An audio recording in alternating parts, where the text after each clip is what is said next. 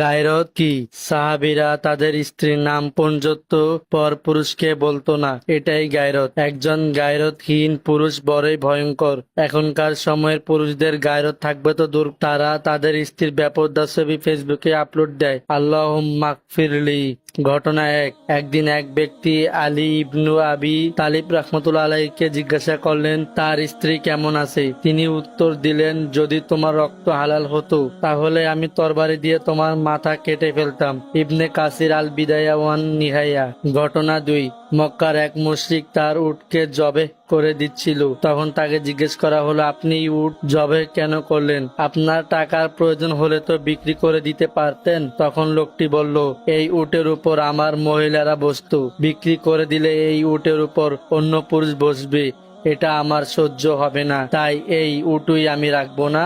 একজন মুশরিক হওয়া সত্ত্বেও তার কত গায়রত, আর আমাদের ভাই বোনদের কি দশা! আস্তাগফিরুল্লাহ। গায়রতহীন পুরুষরা সবাই দাইয়ুস। রাসূল সাল্লাল্লাহু আলাইহি সাল্লাম বলেছেন, তারা জান্নাত তো পাবেই না, জান্নাতের গন্ধ পাবে না। আমাল হায়াতুদ দুনিয়া ইল্লা মাতাউল গুরুরি। আর দুনিয়ার জীবনটা তো ধোকার সামগ্রী ছাড়া আর কিছুই নয়। সূরা হাদীদ 20। এবং সেদিন জাহান্নামকে আনা হবে, সেদিন মানুষ স্মরণ করবে, কিন্তু এই স্মরণ তার কি কাজে আসবে?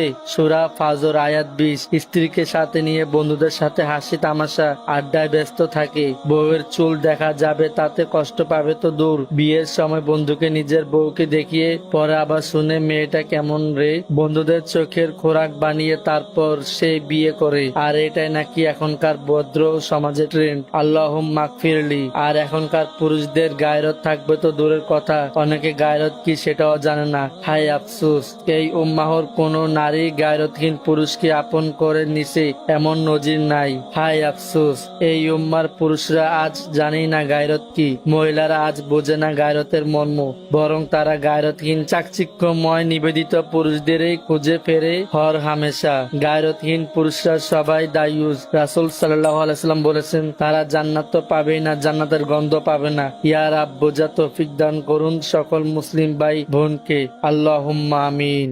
টেকনোলজি ইসলাম আপনার হাতে থাকা প্রযুক্তি দিয়ে শিখুন, জানুন এবং বুঝুন ইসলামের শিক্ষা।